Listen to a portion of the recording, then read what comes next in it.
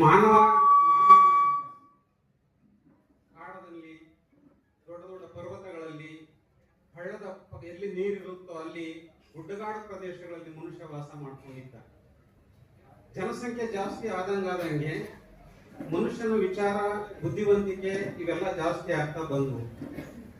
ಜಾಸ್ತಿ ಆಗ್ತಂತ ಬಂದಂತ ಸಂದರ್ಭದಲ್ಲಿ ಒಳ್ಳೆಯ ವಿಚಾರಗಳನ್ನ ಮನುಷ್ಯ ಹೇಳತಕ್ಕೊಂಡ, ಅಕ್ಷರಗಳನ್ನ ಕಂಡಿಡ್ಕೊಂಡ, ಮಾತನಾಡೋದನ್ನ ಕಂಡಿಡ್ಕೊಂಡ, ಲಿಪಿಗಳನ್ನ ಕಂಡಿಡ್ಕೊಂಡ.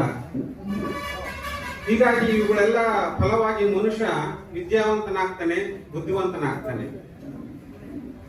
ಈ ಅತಿ ಬುದ್ಧಿವಂತರು ಏನ್ ಮಾಡಿದ್ರು ಅಂತ ಹೇಳಿದ್ರೆ, ಮಾನವರೇ ನಾವು ಶ್ರೇಷ್ಠ, ನಾವು ಬೆಳಗಿದ್ದೀವಿ ನೋಡ್ರಿ, ನೀವು ಕಪ್ಪಗಿದ್ದೀರಿ, ಆಮೇಲೆ ನಾವು ಗಂಡಸು ನಿನ್ನ ಹೆಂಗಸು ಎಂಬುವಂತ ಭೇದಗಳು ಪ್ರಾರಂಭ ಆಗಿ ಈ ಭೂಮಿ ಮೇಲೆ.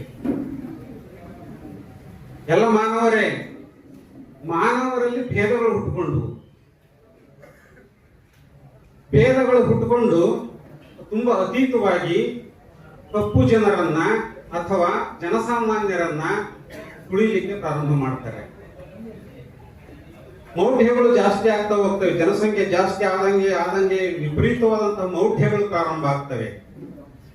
ಇಂತಹ ಸಂದರ್ಭದಲ್ಲಿ ಸೃಷ್ಟಿಕರ್ತನು ಪ್ರವಾದಿಗಳನ್ನ ಈ ಭೂಮಿಯ ಮೇಲೆ ಒಬ್ಬೊಬ್ಬರನ್ನೇ ಇಳಿಸ್ತಾ ಹೋಗ್ತಾನೆ. ಈ ಪ್ರಕೃತಿ ಏನ್ ಮಾಡುತ್ತೆ ಅಂತ ಹೇಳಿದ್ರೆ, ಈ ಭೂಮಿ ನಾಶ ಆಗ್ಬಾರದು, ಇವರಿವರೇ ಹೊಡೆದಾಡ್ಕೊಂಡು ಸಾಯ್ತಾ ಇದ್ದಾರೆ. ಎಲ್ಲೆಲ್ಲಿ ಗುಡ್ಡಗಾಡು ಜನ ಇದ್ದಾರೆ, ಬುಡಕಟ್ಟು ಜನಾಂಗ ಇದ್ದಾರೆ, ಅವರು ಇನ್ನೊಬ್ಬೊಂದು ಬುಡಕಟ್ಟು ಜನಾಂಗವನ್ನು ನೋಡಿದ್ರೆ ಆಗೋದಿಲ್ಲ. ಜಗಳ, ಯುದ್ಧ ಮಾಡೋದು, ಅಲ್ಲಿರ್ತಕ್ಕಂಥ ಸಂಪತ್ತನ್ನೆಲ್ಲ ದೋಚ್ಕೊಂಡು ಬರೋದು, ಗುಡ್ಡೆ ಹಾಕೊಳ್ಳೋದು, ಹೆಣ್ಮಕ್ಳ ಮೇಲೆ ದೌರ್ಜನ್ಯ ಮಾಡೋದು, ಬಡವರ ಮೇಲೆ ದೌರ್ಜನ್ಯ ಮಾಡೋದು, ಇಂತಹ ಘಟನಾವಳಿಗಳು ವಿಪರೀತವಾಗ್ತವೆ.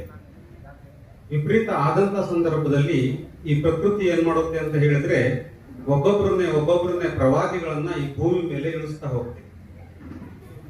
ಕುರಾನ್ ಪ್ರಕಾರನೇ ಎಷ್ಟೋ ಲಕ್ಷ ಜನ ಪ್ರವಾದಿಗಳು ಈ ಭೂಮಿ ಮೇಲೆ ಇಳಿದಿದ್ದಾರೆ.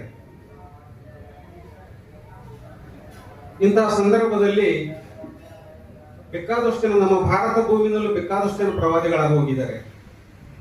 ಜೀಸಸ್ ಕೂಡ ಒಬ್ಬ ಪ್ರವಾದಿಗಳು. ಪ್ರವಾದಿ ಮೊಹಮ್ಮದ್ ರವರನ್ನ ಕೊನೆಯ ಪ್ರವಾದಿಗಳು ಅಂತ ಹೇಳಿ ತಾವೆಲ್ಲರೂ ಕೂಡ ಒಪ್ಕೊಂಡಿದ್ದೀರಿ, ಅದನ್ನ ಅನುಸರಿಸ್ತಾ ಇದ್ದೀರಿ. ಅಜಾನ್ ಆಗ್ತಾ ಇದ್ದು ನಿಲ್ಲಿಸ್ಬೇಕಾ? ಮಾತಾಡ್ಬೋದ?